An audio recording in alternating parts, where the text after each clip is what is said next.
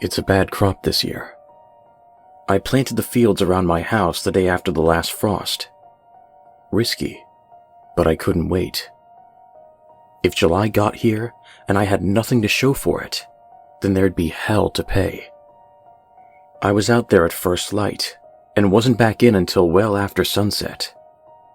I had to be sure it was right. Make sure I took down all those damn scarecrow posts too. Burned them that night. I knew the ground was still unyielding and cruel, but the seeds could take it. I wasn't planting simple corn and beans after all. Yet, I admit, I was worried that they wouldn't take for the first couple of weeks. I was impatient. My anxiousness led me to slaughter my cows and horses, mince them and ground them, spread them across the field in a pulp. The ground absorbed them, and the seeds feasted. I'd like to think that it was necessary. They sprouted the very next day. The red from my animal's blood pulsed within those seedlings, as they sprouted like little red worms. I was pleased.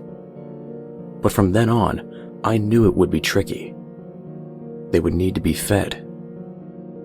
Fortunately, crows and mice were plentiful, and dim enough to find themselves caught.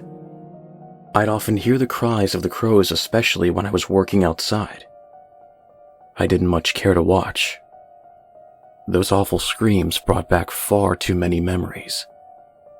It only took weeks for them to reach several feet high. They grew as thick as corn, and seemed prepared to reach the same height. Their stalks were moist and warm.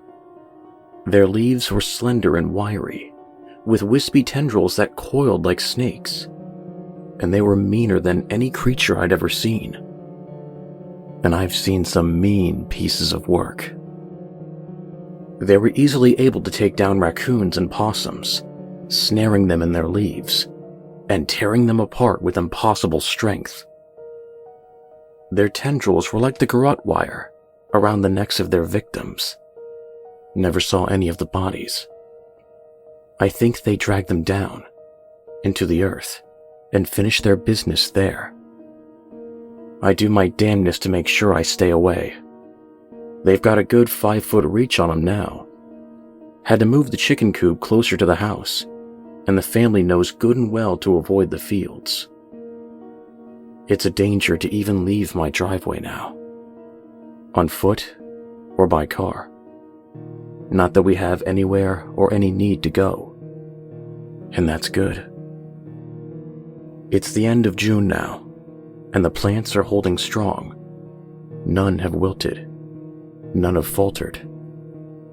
It's a bad crop this year, and that's a good thing. I can sleep at night, and so can my wife. So can the 3 children I still got left. Been a year since the last one was taken. Out the window at night. We'll see if they try it again this year. I kind of hope they do. I'd like to see if any one of those damn scarecrows get through my field of red wheat.